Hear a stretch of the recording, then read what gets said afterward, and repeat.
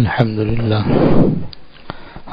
لله نحمده ونستعينه ونستغفره ونؤمن به ونتوكل عليه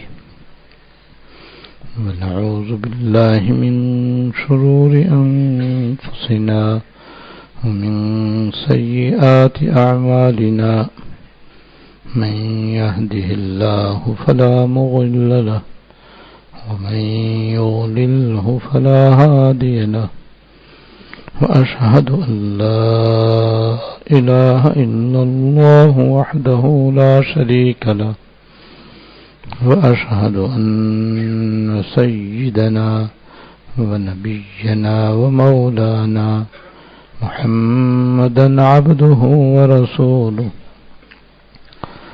صلى الله تعالى عليه وعلى آله وأصحابه وبارك وسلم تسليما كثيرا أما بعد فأعوذ بالله من الشيطان الرجيم بسم الله الرحمن الرحيم ولا تقل لهما أف ولا تنهرهما وقل لهما قولا كريما صدق الله العظيم. میرے قابل احترام بزرگوں، حکیم الامت، مجدد الملت حضرت مولانا تھانوی رحمۃ اللہ علیہ نے حیات المسلمین کی روح نمبر 22 کی حدیث نمبر 22 میں 4 بڑے بڑے گناہ بیان فرمائے ہیں جن سے بچنا ضروری ہے. وہ حدیث میں آپ کے سامنے پڑھتا ہوں. حضرت عبداللہ ابن عمر رضی اللہ تعالیٰ عنہ سے روایت ہے کہ رسول اللہ صلی اللہ علیہ وسلم نے فرمایا کہ بڑے بڑے گناہ یہ ہیں. نمبر 1، اللہ تعالیٰ کے ساتھ شرک کرنا. نمبر 2، ماں باپ کی نافرمانی کر کے ان کو تکلیف پہنچانا. نمبر 3، کسی کو ناحق قتل کرنا. نمبر 4، جھوٹی قسم کھانا.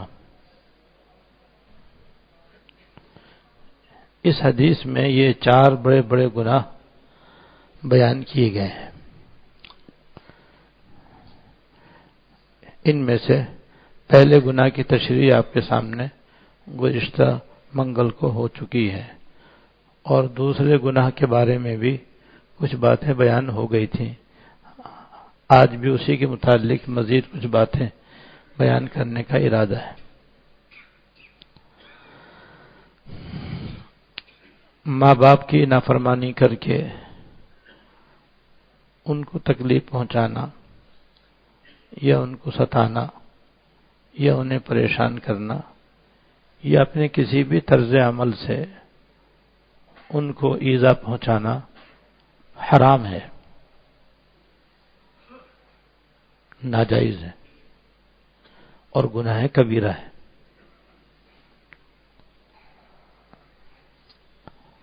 ماں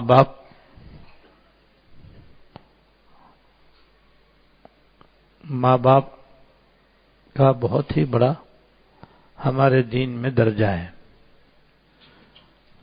زندہ ہوں جب بھی، وفات پا گئے ہوں تب بھی.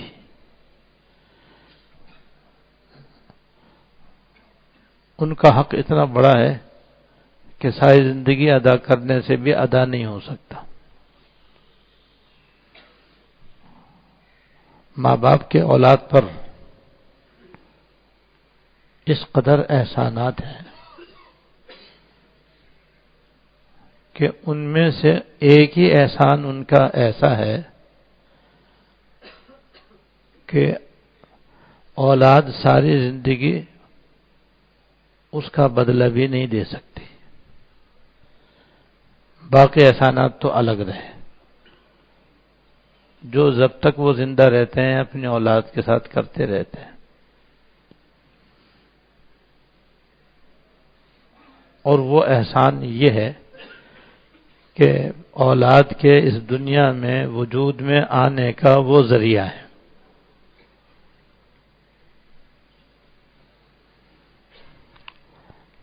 ماں باپ کی وجہ سے اولاد اس دنیا میں پیدا ہوتی ہے، تو ماں باپ کے آپس میں ملنے سے پہلے اولاد معدوم تھی، دنیا میں اس کا کوئی وجود نہیں تھا، کوئی اس کا نام و نشان نہیں تھا، اس کا کوئی جان پہچان والا نہیں تھا۔ ماں باپ ملے اور ان کے ملنے سے اس دنیا میں اولاد نے قدم رکھا، اس طرح وہ عدم سے وجود میں آئے، ماں باپ اس کا ذریعہ بنے۔ یہ بھی ہمارے ماں باپ کا ہم پر بہت بڑا احسان ہے کہ ان کی وجہ سے ہم اس دنیا میں آئے، اور پھر آگے اس وجود میں آنے پر جو اللہ تعالیٰ کے بے شمار انعامات اور احسانات ہوئے وہ الگ ہیں، اس کا بھی ذریعہ ہمارے ماں باپ ہی ہیں۔ مثلا دنیا میں آنے کے بعد پھر ہماری عمر میں برکت ہو گئی، ہماری صحت میں برکت ہو گئی، ہم نے بچپن بھی گزار لیا، جوانی بھی نصیب ہو گئی، پھر زندگی کا باقی حصہ بھی نصیب ہو گیا۔ تو یہ آخرت کے اعتبار سے آخرت بنانے کے لیے زندگی کا جو قیمتی سرمایہ مل گیا، ماں باپ اس کا ذریعہ بنے۔ پھر اللہ پاک نے ہمیں مسلمان بنا دیا، صاحب ایمان بنا دیا، یہ بہت بڑا اللہ تعالیٰ کا احسان ہے، انعام ہے، ماں باپ اس کا ذریعہ بنے۔ پھر اللہ پاک نے اپنے فضل و کرم سے ہمیں سرکار دو عالم صلی اللہ علیہ وسلم کی امت میں پیدا فرما دیا۔ یہ لکھوں کا لکھوں احسان ہے اللہ تعالیٰ کا کہ حضور کی امت میں پیدا ہونے کی پچھلے انبیاء علیہ الصلوۃ والسلام بھی تمنا کرتے تھے،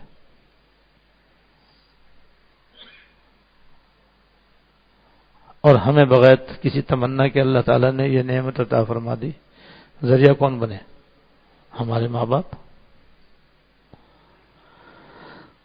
اور پھر حضور کی امت میں بھی 73 فرقے ہو چکے، اور حضور کے ارشاد کے مطابق آپ کی امت میں سے 72 فرقے اپنے عقائد کی خرابی کی وجہ سے دوزخ میں جائیں گے، اور ایک فرقہ جو فرقہ ناجیہ کہلاتا ہے وہ جنت میں جائے گا۔ اللہ تعالیٰ کے فضل و کرم سے ہمیں اللہ پاک نے اسی فرقہ ناجیہ میں پیدا فرمایا ہے اور وابستہ فرمایا ہے۔ یہ خود بہت بڑا انعام ہے اور اللہ تعالیٰ کا بڑا احسان ہے، ماں باپ اس کا ذریعہ بنے۔ اس فرقہ ناجیہ کے اندر بھی پھر بہت سارے فرقے ہیں، مختلف جماعتیں ہیں، مختلف قسم کے مزاج رکھنے والے لوگ ہیں۔ پھر اللہ تعالیٰ کا ہم پر یہ بہت بڑا احسان اور بہت بڑا انعام ہوا کہ ہمیں سلسلہ اشرفیہ سے وابستہ فرما دیا۔ حاجی صاحب رحمۃ اللہ علیہ کے سلسلے میں، حکیم الامت تھانوی رحمۃ اللہ علیہ کے سلسلے سے وابستہ فرمایا۔ حضرت تھانوی رحمۃ اللہ علیہ کے سلسلے میں بھی مختلف شعبے ہیں، مختلف حصے ہیں، مختلف مزاج کے حاملین ہیں، کاملین ہیں۔ ان کے جو سچے جانشین تھے اللہ تعالیٰ نے ان سے ہم وابستہ فرمایا، جس میں اہل دارالعلوم بھی ہیں اور اکابر دارالعلوم کراچی بھی ہیں۔ اب یہ ہماری کوتاہی ہے کہ ہم اسی قدر نہ کریں، لیکن اللہ تعالیٰ نے تو ہم پر بڑا انعام فرمایا کہ بالکل جو لوگ صراط مستقیم پر ہیں، راہ سنت پر ہیں، صراط مستقیم پر گامزن ہیں، اللہ تعالیٰ نے ایسے اکابر سے ہمیں وابستہ فرمایا۔ اگر ہمارا وجود ہی نہ ہوتا تو یہ نعمت کہاں سے ملتی؟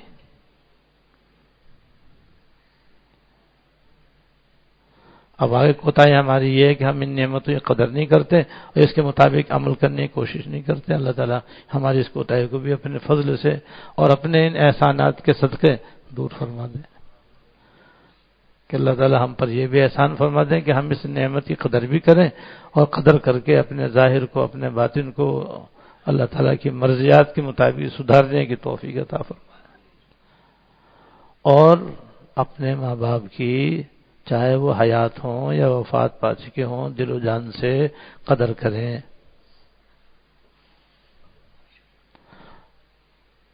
اور ان کو ستانے سے، ان کو تکلیف پہنچانے سے، ان کو پریشان کرنے سے جہاں تک ہو سکے پرہیز کریں، اور غلطی ہو جائے تو ان سے بلا تعویل معافی مانگ کر ان کو راضی کرنے کی کوشش کریں اور کرتے ہی رہیں۔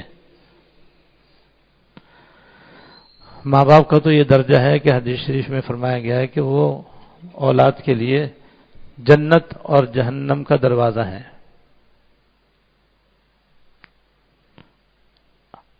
اب اگر کسی کے والد والدہ دونوں حیات ہیں تو یہ دو دروازے ہیں جن کے ذریعے آدمی جنت میں بھی جا سکتا ہے، جہنم میں بھی جا سکتا ہے۔ اور اگر کوئی ایک زندہ ہے، وہ دوسرا وفات پا چکا ہے، تو ایک دروازہ اس کا باقی ہے جس کے ذریعے وہ جنت میں بھی جا سکتا ہے، جہنم میں بھی جا سکتا ہے۔ جنت کا دروازہ ہونے کا مطلب یہ ہے کہ ان کی جائز امور میں اطاعت کرے، دینی امور میں ان کا کہنا مانے، دل و جان سے ان کی خدمت کرے، دل جوئی کرے، مالی اعتبار سے وہ کمزور ہوں تو حسب استطاعت ان کی خدمت کرے، اور ان کے سامنے بھی، ان کے غائبانے میں بھی ان کی ایسی خدمت کرے کہ ان کے دل سے دعائیں نکلیں، اور ان کو محسوس ہو کہ ہاں بھائی یہ میرا بیٹا بڑا ہی میری آنکھوں کی ٹھنڈک ہے، واقعی یہ ہمارا بڑا خدمت گزار اور تابع دار ہے۔ اگر دونوں کے ساتھ یہ سلوک کرے، دونوں زندہ ہیں، تو یہ دونوں اس کے جنت میں جانے کا ذریعہ ہے۔ اس کو اپنے والدین کی خدمت کے صلے میں جنت ملے گی، اللہ تعالیٰ کی رضا ملے گی، کیونکہ ایک حدیث میں یہ بھی ہے کہ اللہ تعالیٰ کی رضا والدین کے راضی رہنے میں ہے، اور اللہ تعالیٰ کی ناراضگی والدین کے ناراض رہنے میں ہے۔ تو وہ ورضوان من اللہ اکبر، جو ہمارے دین میں سب سے بڑی چیز ہے، اللہ تعالیٰ کی رضا، وہ والدین کے راضی رہنے نہ رہنے پر موقوف ہے۔ جو اپنے والدین کا تابع دار ہوگا، فرما بردار ہوگا، خدمت گزار ہوگا اور ان کو خوش رکھے گا تو اللہ تعالیٰ اس سے راضی ہوں گے۔ اللہ تعالیٰ ان کے اس خدمت کے صلے میں اس اولاد کو جنت میں داخل فرمائیں گے۔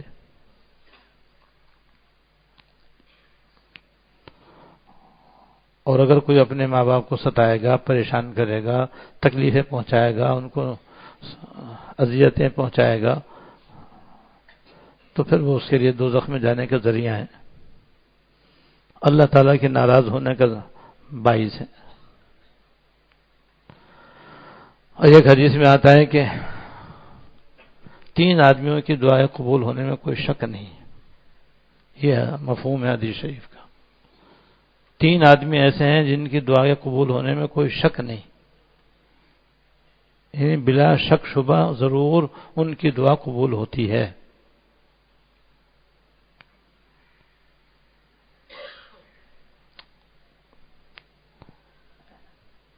ایک مسافر کی دعا،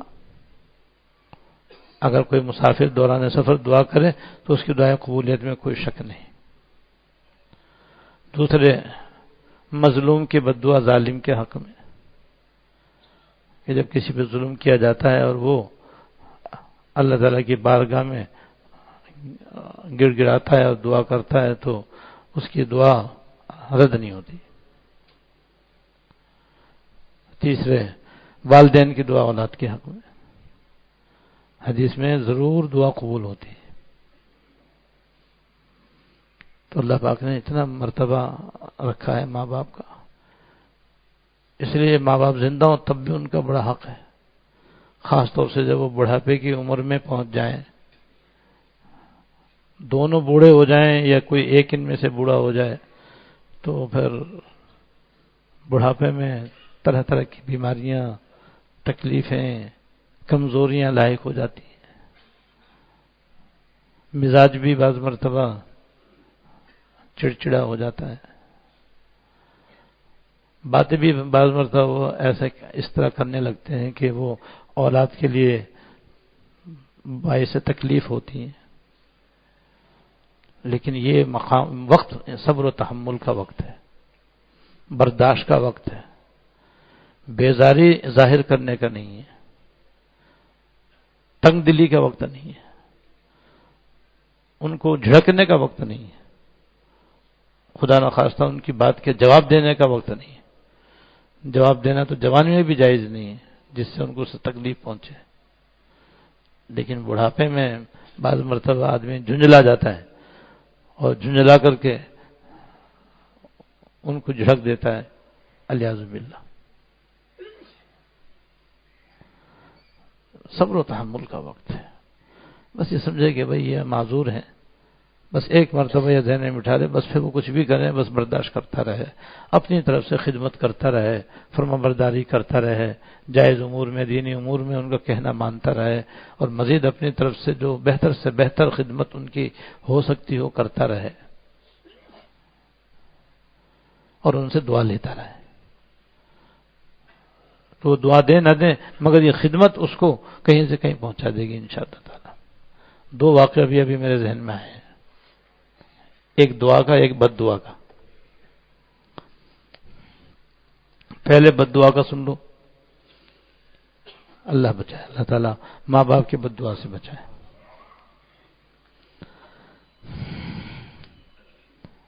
ایک بزرگ فرماتے ہیں کہ میں سفر میں تھا اور ایک شہر سے میں گزرا، اور اس شہر میں نے چند روز ٹھہرنے کا ارادہ کیا، تو مجھے اس شہر میں قبرستان قریب ایک گھر میں ٹھہرنے کا موقع ملا،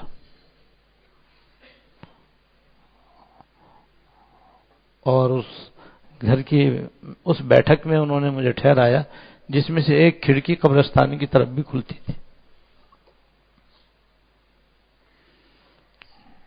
میں اس میں آرام کر رہا تھا، ایک دن کھڑکی کھلی ہوئی تھی اور میں قبرستان میں قبریں دیکھ رہا تھا، اور مغرب اور عصر کے درمیان کا وقت تھا۔ اچانک میں نے دیکھا کہ ایک قبر پھٹی اور اندر سے ایک گدھے کی گردن باہر نکلی، بالکل گدھے کا سا منہ، دو گدھے کے سے کان اور لمبی گردن، اور اس نے اپنے مخصوص انداز میں ڈھینچو زور سے 3 مرتبہ کہا، اور پھر دوبارہ گردن اندر اور قبر برابر ہو گئی۔ میرے لیے تو یہ انتہائی خوف کی بات بھی تھی، تعجب کی بات بھی تھی، حیرانی کی بات بھی تھی، کیونکہ آج تک کبھی میں نے ایسا نہ دیکھا نہ سنا۔ میں اس کو دیکھ کر کے ڈر گیا کہ یہ کیا منظر ہے، یہ کیا صورتحال ہے، کیا ان لوگوں کو معلوم نہیں جو یہاں رہتے ہیں؟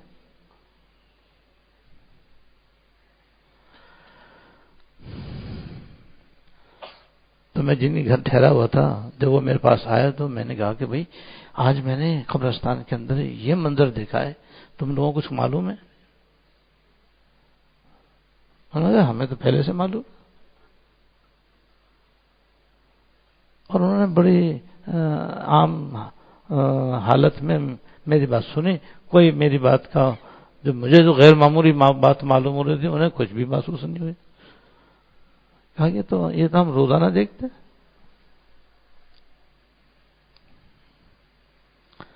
میں نے کہا بھائی یہ کس آدمی کی خبر ہے اور یہ کس کو عذاب ہو رہا ہے, کیا اس کا حال ہے؟ انہوں نے کہ تم ہمارے برابر میں ایک بڑی بھی رہتی ہیں, ان سے جا کے پوچھ لو, ان کے بیٹے کا حال ہے یہ. ہمارے قریب میں ایک بڑی بھی رہتی ہیں, یہ ان کے بیٹے کا حال ہے اور ان کے بیٹے کو یہ عذاب ہو رہا ہے, تم ان سے جا کے پوچھ لو. میں چلا گیا. میں نے جا کر بڑی بی سے کہا کہ بڑی بی یہ قبرستان میں میں نے کل ایسے دیکھا ہے, مجھے تو بڑا تعجب ہوا, سنا ہے وہ آپ کا بیٹا ہے؟ کہا ہاں میرا بیٹا ہے. تو میں نے پوچھا بڑی بی اس کا یہ انجام کیوں ہوا؟ تو اس نے ایک ہائے کی اور پھر اس نے قصہ سنایا کہ میرا بیٹا ہے اور یہ میرے خاندان میں بہت ہی بے عمل قسم کا آدمی تھا, یہاں تک کہ شراب نوشی کا عادی تھا. میں اس کو وقتاً فوقتاً منع کرتی رہتی تھی کہ بیٹا یہ جو تم نے شراب نوشی کا, آوارہ گردی کا اور بدماشی کا راستہ اختیار کیا ہوا ہے, یہ غلط راستہ ہے, یہ گناہ ہے, ناجائز ہے, تو اس سے بچ. مسلمانوں والا طریقہ نیک لوگوں کا راستہ اختیار کر, گناہوں کی زندگی سے توبہ کر, اللہ تعالیٰ کی فرما برداری کا ہار اپنے گلے میں ڈال, نیک بن, نیک کی طرح رہے تاکہ میری بھی آنکھیں ٹھنڈی ہوں. لیکن جب بھی میں اس کو سمجھاتی تھی تو ہمیشہ یہ کہتا تھا کہ تو ہمیشہ میرے پیچھے گدھے کی طرح پکارتی رہتی, الیاذ باللہ.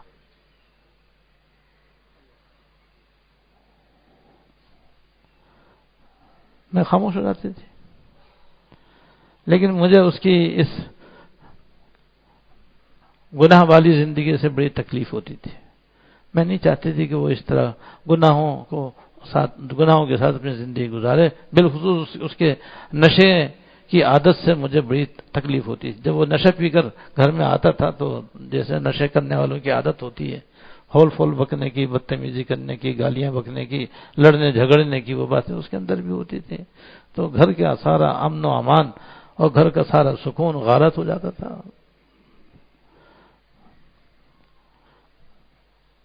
میں پھر اس کو سمجھاتی تھی کہ بیٹا ایسے نہیں کر, شراب پینا حرام ہے, گناہ کبیرہ ہے, ناجائز ہے, اس سے بچ.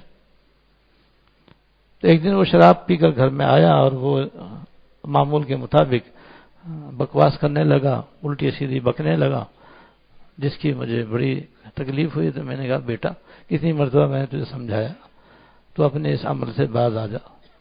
تو اس نے کہا کہ تو بس گدھے کی طرح مجھے میرے پیچھے پکارتی رہتی ہے. اور چند روز کے بعد اس کا انتقال ہو گیا, اور اسے قبرستان میں لے جا کر کے جس قبر میں آپ نے دیکھا ہے اسی میں دفنا دیا گیا اس کو. جس وقت اس نے مجھے یہ کہا تھا کہ تو گدھے کی طرح مجھے پکارتی رہتی ہے, آخری مرتبہ جب اس نے مجھ سے کہا تھا وہ اصل مغرب کے درمیان کا وقت تھا. دفنانے کے بعد سے آج تک روزانہ بلا ناغہ یہ اسی وقت اس کی قبر پھٹتی ہے اور اس کی گردن نکلتی ہے جو گدھے کی شکل میں تبدیل ہو چکی ہے, اور یہ 3 مرتبہ گدھے کی طرف پکار کر کے دوبارہ اپنے قبر میں چلا جاتا ہے.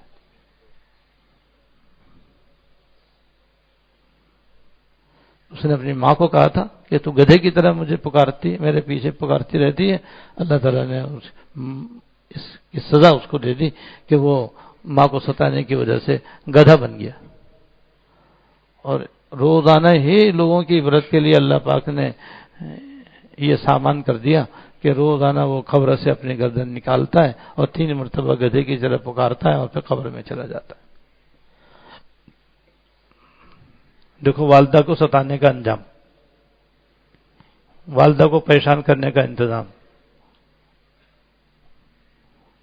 تو ماں باپ کوئی معمولی درجہ تھوڑی رکھتے ہیں.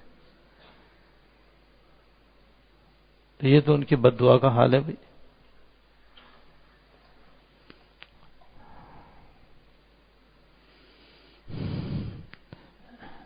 ماں کی بد دعا کا ایک واقعہ حدیث شریف میں بھی ہے، وہ بھی ابھی یاد آیا. وہ سنا کر پھر دعا والا قصہ سناؤں گا انشاءاللہ. اب یہ قصے سنانے سے مقصد صرف عبرت لینا ہے اور ماں باپ کی عظمت پہچاننا ہے، ان کے حق کو جاننا ہے. جب تک زندہ ہیں ان کو دل و جان سے خدمت کر کے ان سے دعائیں لینا ہے، اور وفات پا گئے ہوں تو پھر ان کے لیے دعائیں مغفرت اور ایصال ثواب کا تا زندگی اہتمام کرنا ہے.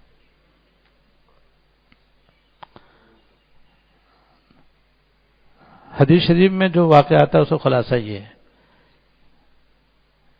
کہ بنی اسرائیل میں ایک عابد آدمی تھا جو جنگل میں اپنے گرجا کے اندر عبادت کرتا تھا. عیسائیوں کے یہاں رہبانیت اعلیٰ درجے کا عمل سمجھا جاتا ہے، اور رہبانیت کا مطلب یہ ہوتا ہے کہ دنیا کی لذتوں کو، دنیا کی راحتوں کو چھوڑ کر، ماں باپ کو چھوڑ کر، اولاد کو چھوڑ کر، بیوی بچوں کو چھوڑ کر، رشتہ داروں کو چھوڑ کر، کاروبار کو چھوڑ کر جنگل میں چلے جاؤ اور وہاں پر یاد الہی میں مشغول ہو جاؤ. اسے کہتے ہیں ترک دنیا، اس کو کہتے ہیں رہبانیت. ہمارے دین میں رہبانیت نہیں ہے. لا رہبانیت فی الاسلام، اسلام میں رہبانیت کی کوئی گنجائش نہیں ہے. وہ ترک دنیا کرتے تھے، اور ہمارے دین میں ترک حب دنیا ہے کہ دنیا مت چھوڑو، دنیا کی محبت چھوڑو. دنیا میں رہو، اللہ تعالیٰ کی محبت سے سرشار رہو اور ان کے تابعدار و فرما بردار رہو.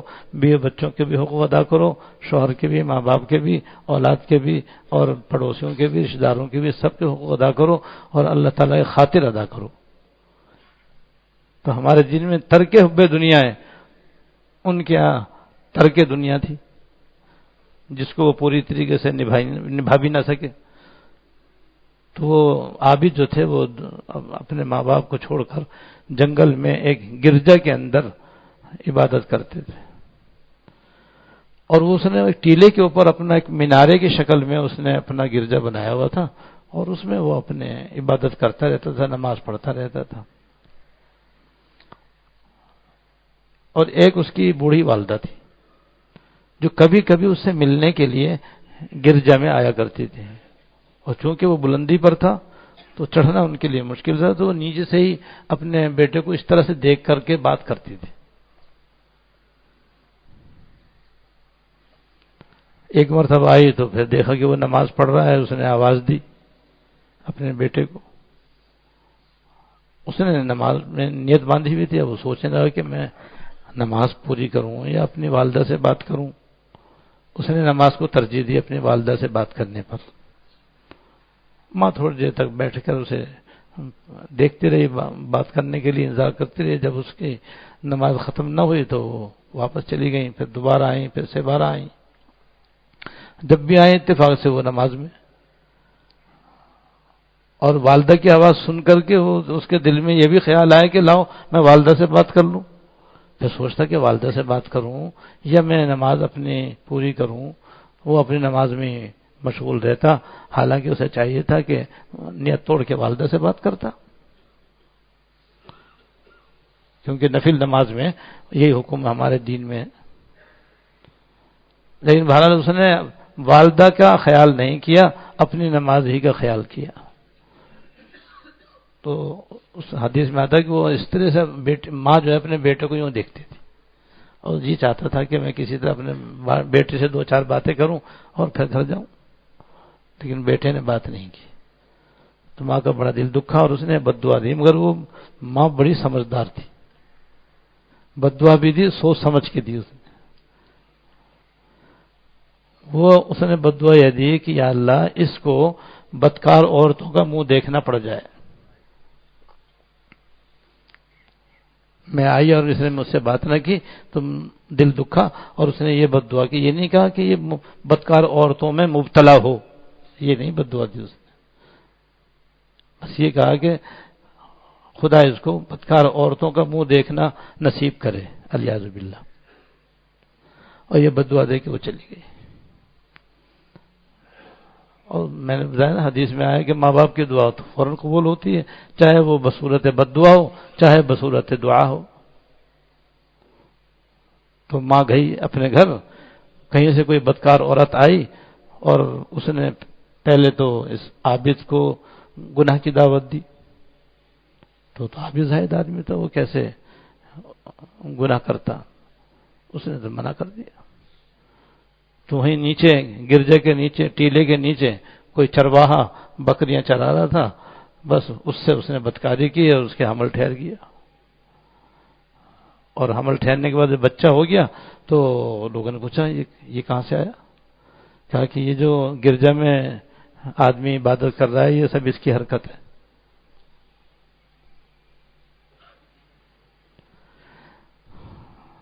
تو سارے کے سارے غصے میں بھر گئے، اور جناب گاؤں والوں نے اپنے پھاوڑے اور کدالیں اور بیلچے اور تغاریاں لیں اور جناب جھٹپٹ آئے اور انہوں نے گرجا کی اینٹ سے اینٹ بجا دی.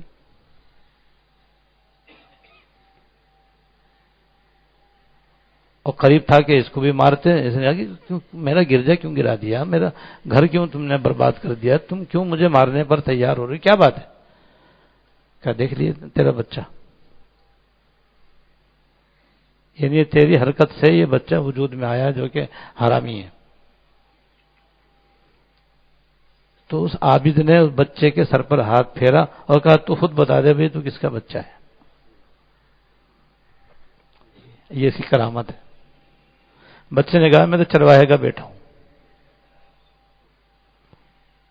یعنی اس عابد کا اس میں کوئی قصور نہیں ہے، سارا قصور چرواہے کا ہے. اس بدکار عورت نے اس سے منہ کالا کیا اور اس کے نتیجے میں وجود میں آیا. تو اب گاؤں والوں کو تو پہلے سے اس کی بڑی عقیدت تھی، بڑی محبت تھی، بڑا ادب، بڑا احترام تھا. وہ تو وقتی طور پر اس عورت کے کہنے کی وجہ سے غصے میں آئے اور انہوں نے یہ قدم اٹھایا. تو اب جب ان کو پتہ چلا کہ ان کا تو قصور ہی نہیں ہے تو اب وہ سب کے سب گھبرا گئے کہ بھئی اس عابد زاہد اللہ والے کو ہم نے ستایا، پریشان کیا، اس کا گرجا گرا دیا، ہمارا کیا انجام ہوگا؟ تو سارے کے سارے جناب اس سے معافی مانگنے لگے، اس کے ہاتھ پاؤں پکڑنے لگے اور کہہ کہ جرجیس اس کا نام تھا، جرجیس، کہ جرجیس تم اجازت دو ہم سونے کا گرجا بنا دیں. ہم سے بہت بڑی غلطی ہو گئی، ہم نے سمجھا تھا کہ یہ غلطی آپ سے ہوئی ہے، یہ تو کسی اور کی غلطی ہے، ہم نے آپ کے ساتھ بڑا برا سلوک کیا، تم خدا کے لیے ہمیں معاف کرو اور ہم تم کو سونے کا گرجا بنا دیتے ہیں. انہوں نے کہا نہیں، سونے کی بنانے کی ضرورت نہیں، جیسے پہلے بنا ہوا تھا ویسے ہی بنا دو. تو دیکھو ماں کی بد دعا کا اثر کہ ادھر بد دعا دی اور ادھر کیا کہتے ہیں یہ فتنے میں مبتلا ہو گیا. اس لیے ماں باپ کو ستانا انتہائی خطرناک گناہ ہے، اور یہ ان گناہوں میں سے جس کا وبال دنیا میں نقد آ کے رہتا ہے. اصلی عذاب تو آخرت میں، دنیا میں اس کا وبال آ کر رہتا ہے.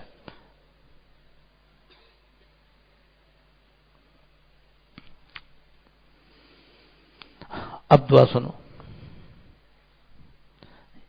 دعا کی جو حکایت ہے یہ نزہۃ البساتین کے اندر لکھی ہوئی ہے، اور بچپن میں میں نے اپنی والدہ صاحبہ سے سنی تھی، جب سے الحمدللہ یاد ہے. ہمارے والد صاحب ہمیں بھی بچپن میں حکایتیں سنایا کرتے تھے، اور اگر ہم چھوٹے ہونے کی وجہ سے سو جاتے تو ہماری والدہ کو تو ضرور سناتے تھے. پھر سویرے ہماری والدہ ہمیں ناشتے میں سنایا کرتی تھی. اور وہ حکایت یہ ہے کہ ایک دفعہ سلیمان علیہ السلام کو حکم ہوا کہ آپ سمندر کے کنارے جاؤ اور ہماری قدرت کی نشانی دیکھو.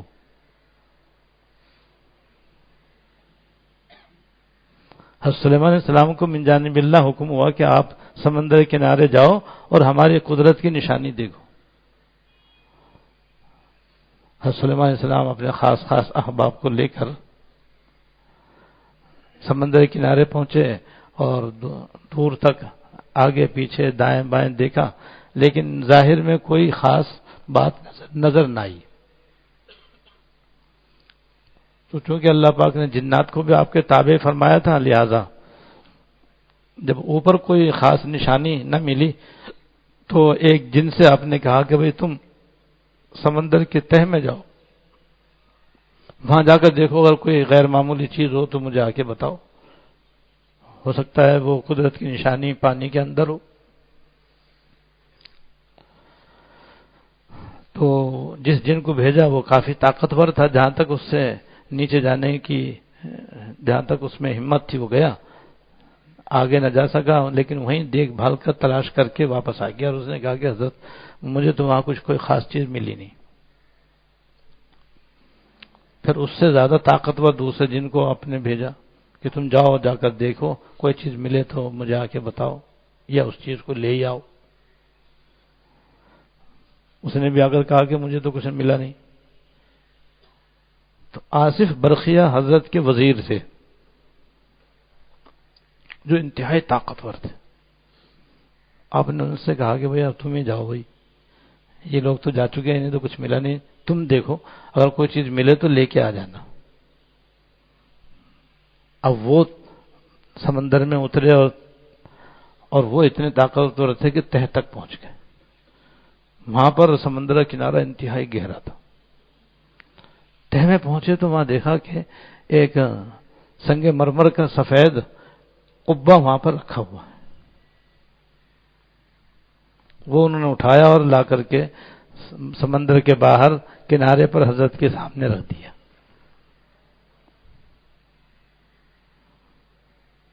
اب سمندر کی تہ میں یہ قبہ کیسے آیا،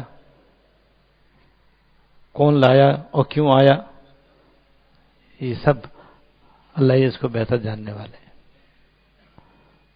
انہوں نے وہ قبہ لا کر کے حضرت کے سامنے رکھ دیا کہ حضرت تہ میں یہ رکھا ہوا تھا۔ اور عجیب و غریب بات یہ تھی کہ اس کے 4 دروازے تھے، چاروں کے چاروں دروازے کھلے ہوئے تھے، لیکن پانی کا ایک قطرہ اندر نہیں جا رہا تھا۔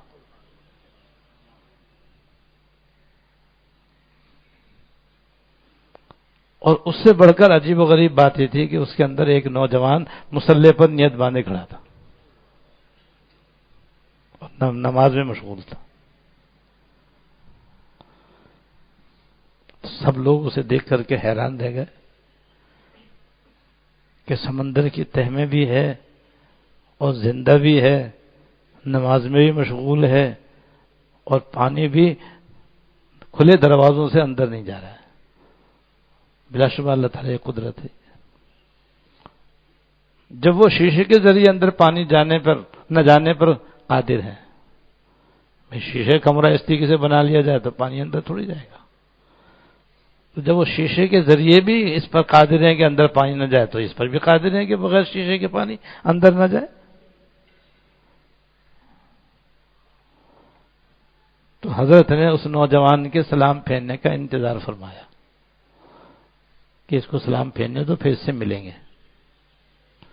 تھوڑی دیر میں اس نے سلام پھیرا تو حضرت تشریف لے گئے اندر، جا کر کے اس نوجوان سے ملے اور اپنا تعارف کرایا تو پیروں میں گر گیا اور کہا حضرت میری قسمت کہاں کہ میں آپ کی زیارت کروں، آپ سے ملوں، میری بہت خوش بختی ہے کہ میں آپ سے ملنے کی سعادت پا رہا ہوں۔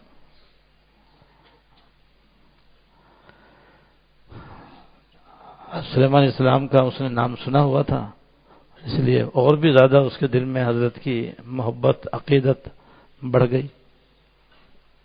حضرت سلیمان علیہ السلام نے اس سے پوچھا کہ تم یہاں کیسے آئے؟ تو اس نے کہا جی میں اپنے والدین کی دعا سے آیا ہوں، میں اپنے والدین کی دعا کی بدولت یہاں پہنچا ہوں۔ پوچھا کہ بھئی وہ کیا دعا ہے؟ کہا جی میرے والد والدہ دونوں بوڑھے تھے، دونوں اپاہج تھے، اور میرے سوا کوئی انہیں خدمت کرنے والا بھی نہیں تھا۔ میری شادی بھی اس وقت تک نہیں ہوئی تھی، میں نے شادی کی بھی نہیں اپنے والدین کی خدمت کے پیش نظر۔ بس دن رات میں انہیں خدمت کرتا تھا، یہاں تک کہ میرے والد صاحب کا انتقال کا وقت قریب آیا تو انہوں نے مجھے 2 دعائیں دی. وہ میری خدمت سے بہت خوش ہوئے، انہوں نے 2 دعائیں دی. ایک یہ دعا دی کہ یا اللہ اس کو، میرے بیٹے کو غیب سے روزی عطا فرمانا، کبھی اس کو روزی میں تنگی نہ ہو، اور یہ کہ یا اللہ اس کو ایسی جگہ عبادت کی توفیق دینا جہاں شیطان کا کوئی دخل نہ ہو، تاکہ ہمیشہ یہ عبادت میں لگا رہے اور ہمیں اس کا ثواب ملتا رہے اور اس کو بھی ملتا رہے. پھر میرے والد صاحب کا انتقال ہو گیا، میں نے ان کو قبرستان جا کے دفنا دیا. بس اب میں والدہ کی خدمت میں رہنے لگا اور دن رات انہیں خدمت کرتا رہا یہاں تک کہ آخر میری والدہ کا بھی انتقال کا وقت قریب آ گیا. انہوں نے مجھے انتقال سے پہلے 2 دعائیں دی. ایک دعا تو انہوں نے یہ دی کہ یا اللہ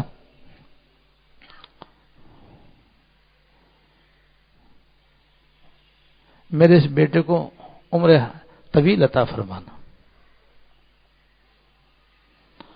اس کو عمر دراز عطا فرمانا، اور اس کو اپنی عبادت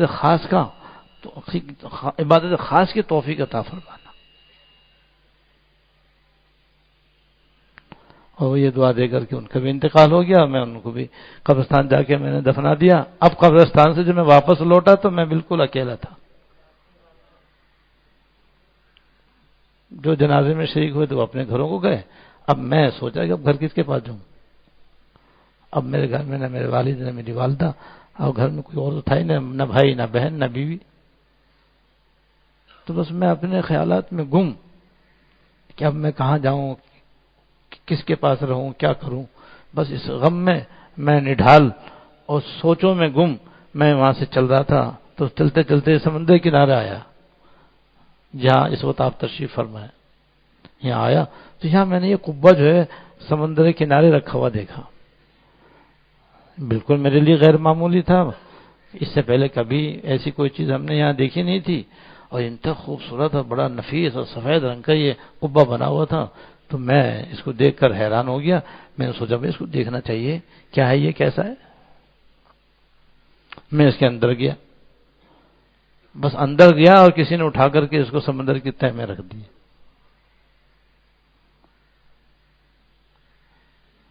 اب یہاں پر روزانہ ایک پیلے رنگ کے لڈو کی طرح ایک غذا آتی ہے جو میں ایک مرتبہ کھا لیتا ہوں. 24 گھنٹے جوان رہتا ہوں. نہ مجھے کوئی بیماری آتی ہے، نہ نزلہ ہوتا ہے، نہ کھانسی ہوتی ہے، نہ بخار ہوتا ہے، نہ کمزوری ہوتی ہے، نہ مجھے نیند آتی ہے، کچھ بھی نہیں ہوتا. بس میں بالکل لوہا لاٹ. بس 24 گھنٹے مسلح پہ کھڑا رہتا ہوں. مجھے نہ پیشاب کا تقاضا ہوتا ہے نہ پخانے کا تقاضا ہوتا ہے.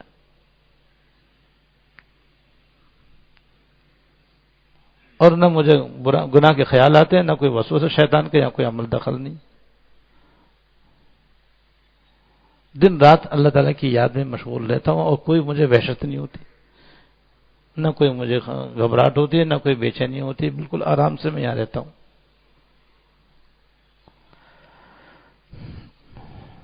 حضرت سلیمان علیہ السلام نے ان سے پوچھا کہ بھئی تم یہاں کب آئے تھے؟ مجھے دن تاریخ کا تو مجھے پتہ نہیں ہے. تو 24 گھنٹے ایک ہی موسم ہے. البتہ فلاں پیغمبر کے میں امتی ہوں. اپنے نبی کا انہوں نے نام لیا کہ میں ان کا امتی ہوں. حضرت سلیمان علیہ السلام نے ان کا نام سن کر تاریخ دیکھی تو 1000 سال ہو چکے تھے.